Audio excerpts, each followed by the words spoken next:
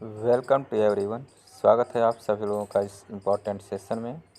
इस वीडियो में NTA, UGC net, JRF paper 2 geography के लिए मॉडल्स एंड थ्योरीज से संबंधित 5 इम्पॉर्टेंट एमसीक्यूज़ का डिस्कशन किया जाएगा।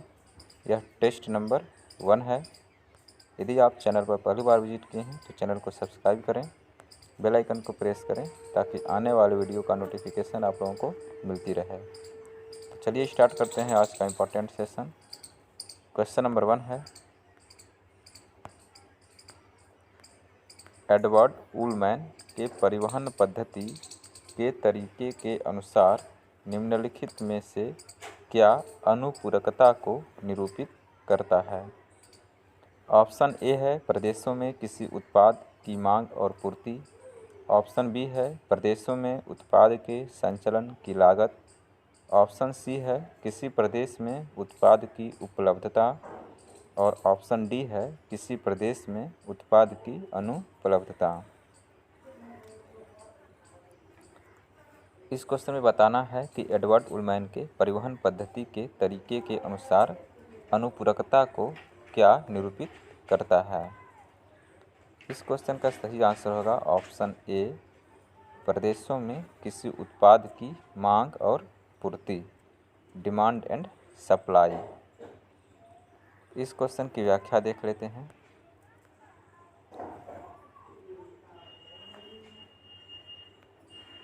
तो देखिए, इस क्वेश्चन का सही आंसर ऑप्शन ए, प्रदेशों में किसी उत्पाद की मांग और पूर्ति, डिमांड एंड सप्लाई होगा।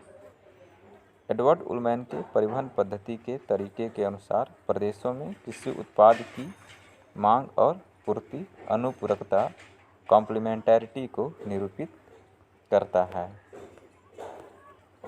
क्वेश्चन नंबर 2 है, जनसंख्या वृद्धि के सैडलर के सिद्धांत के संबंध में निम्नलिखित कथनों में से कौन सा एक सही है? ऑप्शन ए है जनसंख्या में वृद्धि और खाद्य आपूर्ति में विपरीत संबंध है। ऑप्शन बी है जनसंख्या में वृद्धि ज्यामितीय अनुक्रम में होती है जबकि खाद्य आपूर्ति में वृद्धि अंकगणितीय अनुक्रम में होती है। ऑप्शन सी है जनसंख्या वृद्धि का सैडलर का सिद्धांत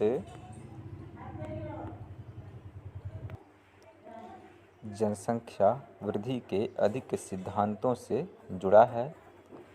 ऑप्शन डी है मानव की जनन क्षमता में जनसंख्या घनत्व के विपरीत अंतर होता है। इस क्वेश्चन का सही आंसर होगा ऑप्शन डी, मानव की जनन क्षमता में जनसंख्या घनत्व के विपरीत अंतर होता है। इस क्वेश्चन की व्याख्या देख लेते हैं। तो देखिए, इस क्वेश्चन का सही आंसर होगा ऑप्शन डी, मानव की जनन क्षमता में जनसंख्या घनत्व के विपरीत अंतर होता है। सैडलर, जो कि माल्थस के समकालीन थे, इन्होंने बताया कि जनसंख्या वृद्धि का प्राकृतिक सिद्धांत माल्थस के सिद्धांत का ठीक उल्टा है। सैडलर के अनुसार जनसंख्या घनत्व में वृद्धि के साथ जनसंख्या में वृद्धि की प्रकृति घटती है। क्वेश्चन नंबर 3 है, निम्नलिखित में से कौन सा केंद्रीय स्थान सिद्धांत के अनुरूप नहीं है? ऑप्शन ए है केंद्रीय स्थान एक बसावट है जो इसकी पृष्ठभूमि की जनसंख्या के लिए सेवाएं उपलब्ध कराता है।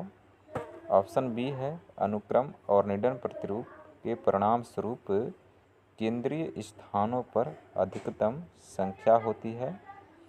ऑप्शन सी है सर्वव्यापकता और स्थानिक कच्चा माल। ऑप्शन डी है विभिन्न वस्तुओं के लिए बाजार क्षेत्र षड्भुज के जाल के सदृश होते हैं। इस क्वेश्चन का सही आंसर होगा ऑप्शन सी, सर्वव्यापकता और स्थानिक कच्चा माल केंद्रीय स्थान सिद्धांत के अनुरूप नहीं है। आइए इस क्वेश्चन की व्याख्या देख लेते हैं। तो देखिए, इस क्वेश्चन का सही आंसर होगा ऑप्शन सी, सर्वव्यापकता और स्थानीय कच्चा माल। केंद्रीय स्थान सिद्धांत सर्वव्यापकता और स्थानिक कच्चे माल के अनुरूप नहीं है। सर्वप्रथम जर्मन भूगोलवेत्ता वाल्टर क्रिस्टालर ने दक्षिण जर्मनी के अधिवासों का अध्ययन कर 1933 में केंद्रीय स्थान सिद्धांत प्रतिपादित किया। क्रिस्टालर के सिद्धांत को निश्चयवादी माना जाता है। इस सिद्धांत में मात्रात्मक उपागम तथा तंत्र विश्लेषण की संकल्पना सन्निहित है। केंद्र स्थल वह स्थान है जहां जनसंख्या का समूहन होता है तथा यहां पर दुकानों एवं व्यापार एवं सेवाओं का संग्रह होता है। केंद्र स्थल का मूल कार्य अपने चारों ओर के क्षेत्र को वस्तुएं एवं सेवाएं प्रदान करना है। क्वेश्चन नंबर 4 है,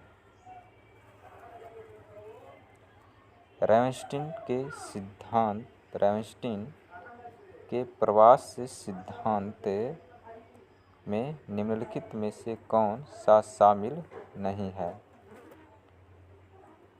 ऑप्शन ए है सर्वाधिक प्रवासी कदम दर कदम आगे बढ़ते हैं।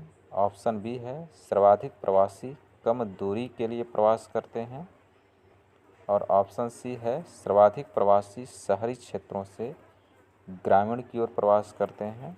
ऑप्शन डी है अधिकांश प्रवासी वयस्क होते हैं। इस क्वेश्चन का सही आंसर होगा ऑप्शन सी, सर्वाधिक प्रवासी शहरी क्षेत्रों से ग्रामीण की ओर प्रवास करते हैं।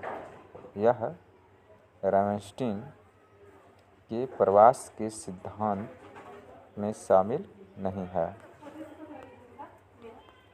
इस क्वेश्चन की व्याख्या देख लेते हैं।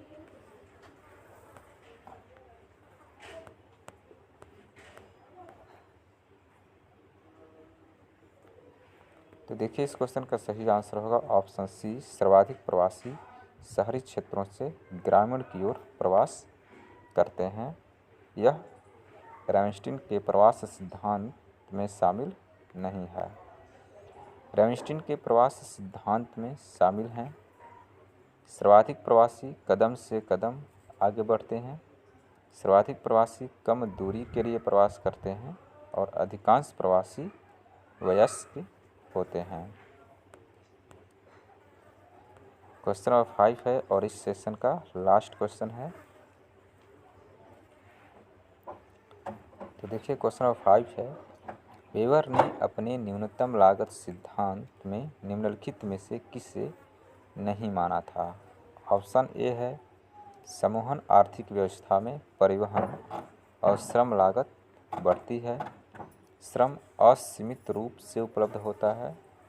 ऑप्शन सी है सस्ते श्रम की आपूर्ति के कारण उच्च परिवहन लागत वाले स्थान भी आकर्षक हो सकते हैं। और ऑप्शन डी है परिवहन लागत किसी भी दिशा में दूरी और वजन के अनुरूप एक समान होती है। इस क्वेश्चन का सही आंसर होगा ऑप्शन ए, समूहन आर्थिक व्यवस्था में परिवहन और श्रम लागत बढ़ती है। इस क्वेश्चन की व्याख्या देख लेते हैं। तो देखिए, इस क्वेश्चन का सही आंसर होगा ऑप्शन ए, समूहन आर्थिक व्यवस्था में परिवहन और श्रम लागत बढ़ती है। वेबर ने अपनी न्यूनतम लागत सिद्धांत में समूहन आर्थिक व्यवस्था में परिवहन और श्रम लागत बढ़ती है को नहीं माना था। वेबर ने अपने सिद्धांत का प्रतिपादन 1909 में अपनी पुस्तक theory of location of the industries में प्रतिपादित किया था।